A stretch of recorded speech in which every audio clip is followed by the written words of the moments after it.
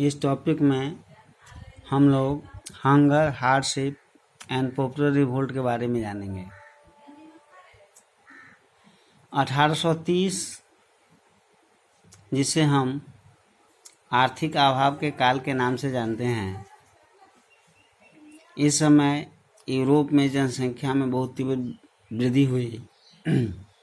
जबकि दूसरी तरफ एम्प्लॉयमेंट अपॉर्चुनिटी की बात करो तो जनसंख्या की तीव्रता के आधार पर एम्प्लॉयमेंट अपॉर्चुनिटी लोगों को उपलब्ध नहीं हो पाया, जिस कारण बेरोजगारी बहुत तीव्र गति से बढ़ी। गांव की आबादी अधिक से अधिक संख्या में शहर में माइग्रेट करके आए और जैसे तैसे जीवन बिताने को बाध्य हुए। इंग्लैंड की औद्योगिक क्रांति के कारण भी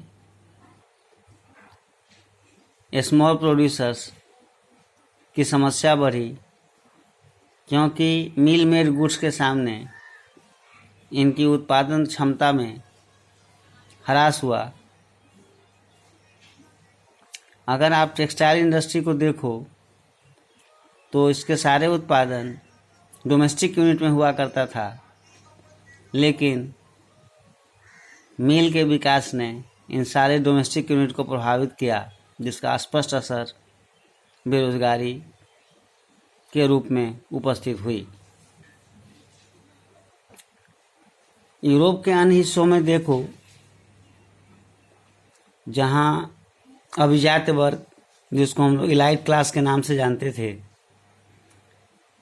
संपत्ति पर इनका अधिकांश नियंत्रण था। किसान फ्यूडल ड्यूज जमींदारों के लिए काम करते थे, उन्हें टैक्स देते थे और उनके ऑब्लिगेशंस में पूरी तरह से ये लद गए थे। उसके ऑब्लिगेशन से ये लोग इतना अधिक इनके ऊपर अभिजातियों को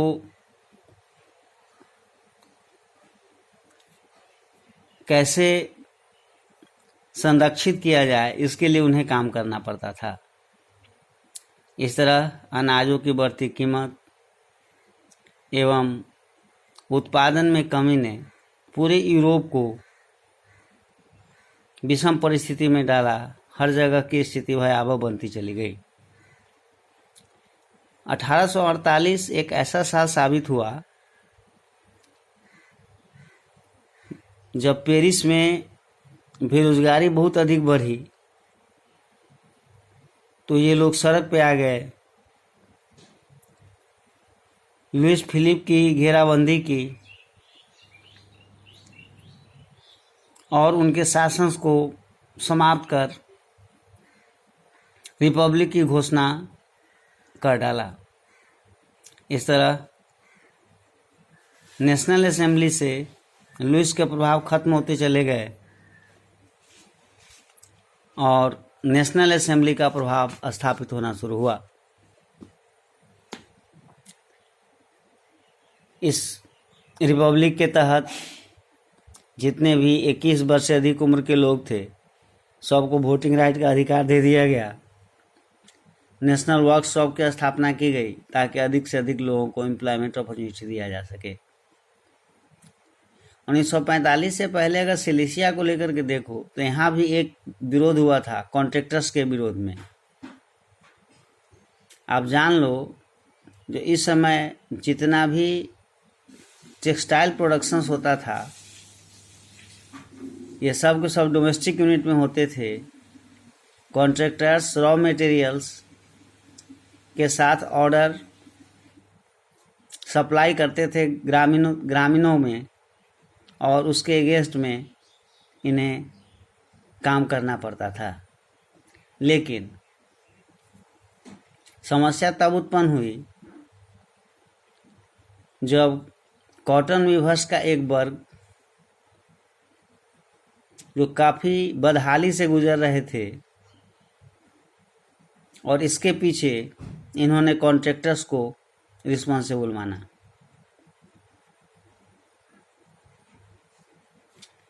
क्योंकि कॉन्ट्रैक्टर्स के द्वारा सारे वस्तु की कीमत इतनी कम दी जाती थी जो कहीं से भी इनके मेहनताना का रिटर्न नहीं मिल पाता था। 4 जून को 2 बजे दिन में एक लार्ज क्राउड के द्वारा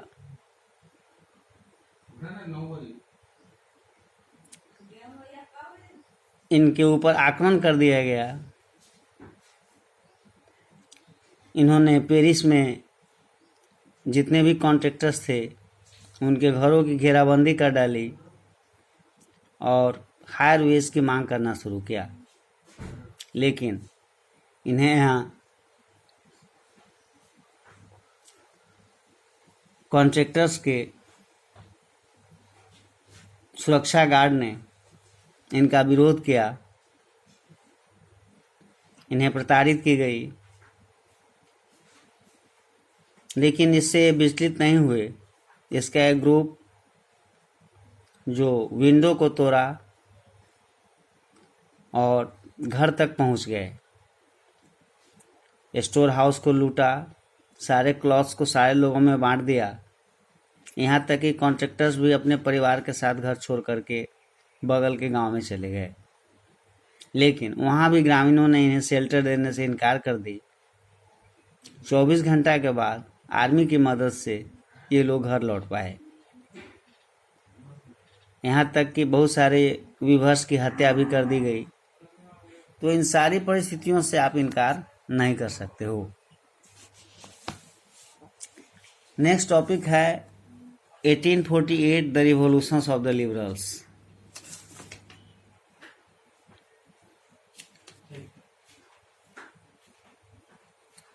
रिवोल्ट ऑफ लिबरल्स की बात करें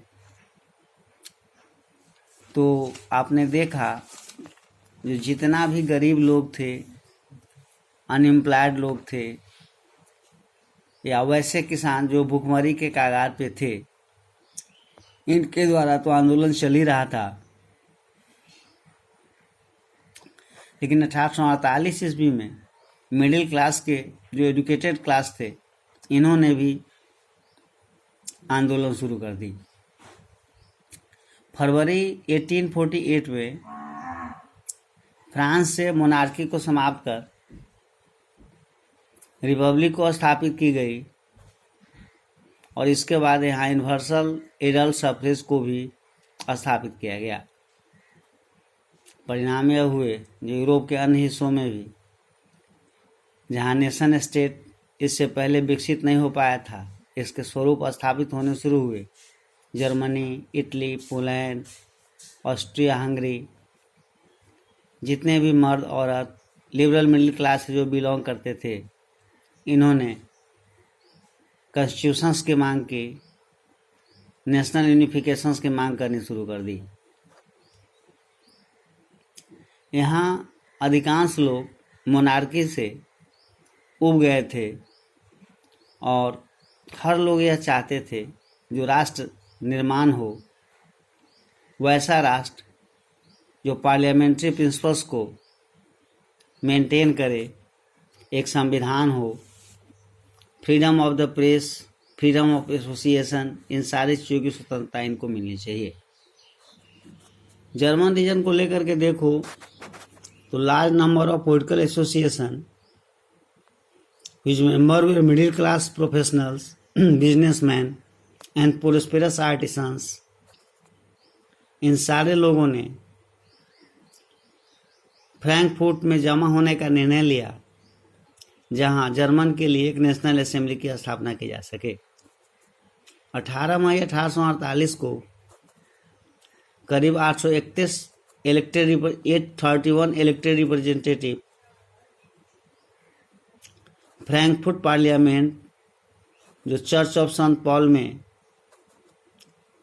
संपादित होता था, यहाँ ये लोग पहुँचे और इन्होंने फ्रांस के लिए एक संविधान का निर्माण करना शुरू किया, जिसमें राजा के सारे अधिकारों को कम करना था। जब इलेक्टेड रिप्रेजेंटेटिव का एक दल जर्मनी के लिए संविधान की बात की, पार्लियामेंट की बात की, लेकिन फ्रीडरिच विलेम IV, जो उस समय पर्शिया के राजा थे, इन्होंने इसका विरोध किया और इलेक्टेड असेंबली को तहस नहस करने का निर्णय ली। एरिस्टोक्रेसी, मिलिट्री, ये सब के सब मोनार्क के विरोध में थे, लेकिन इसके बावजूद भी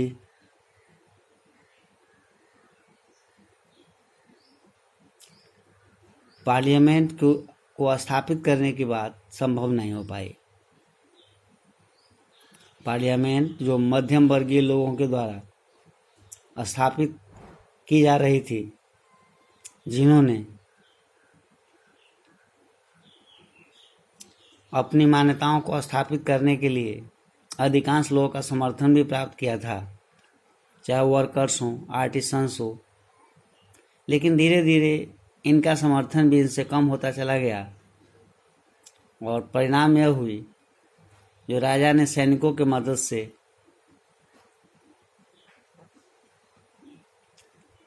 फ्रैंकफर्ट पार्लियामेंट को समाप्त करने का निर्णय लिया या उसे समाप्त कर दिया।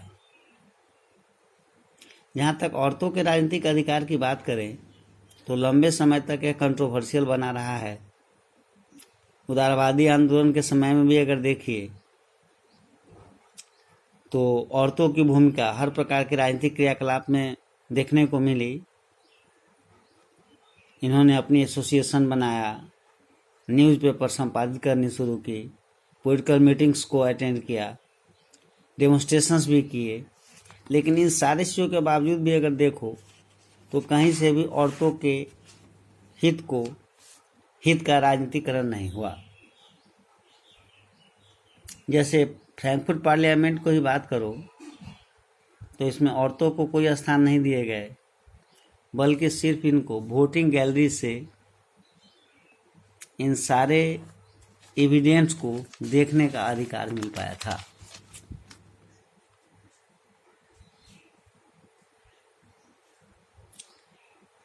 तो कंजर्वेटिव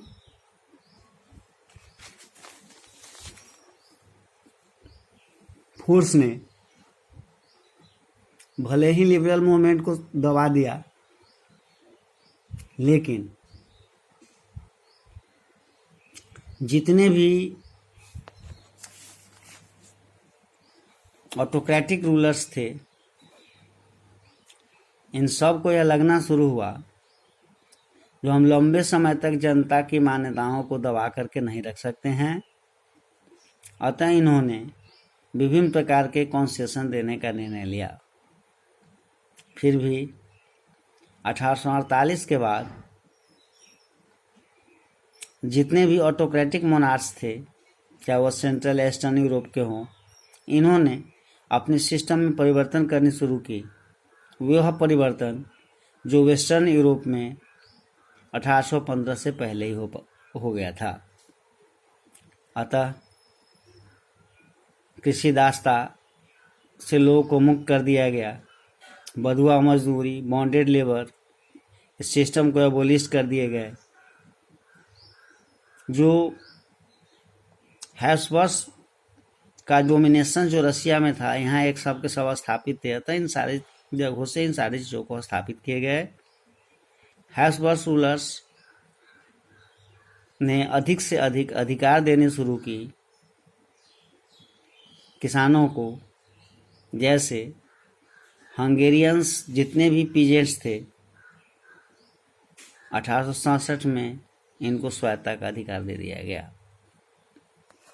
नेक्स्ट टॉपिक में हम लोग making of Germany and Italy के बारे में पढ़ेंगे।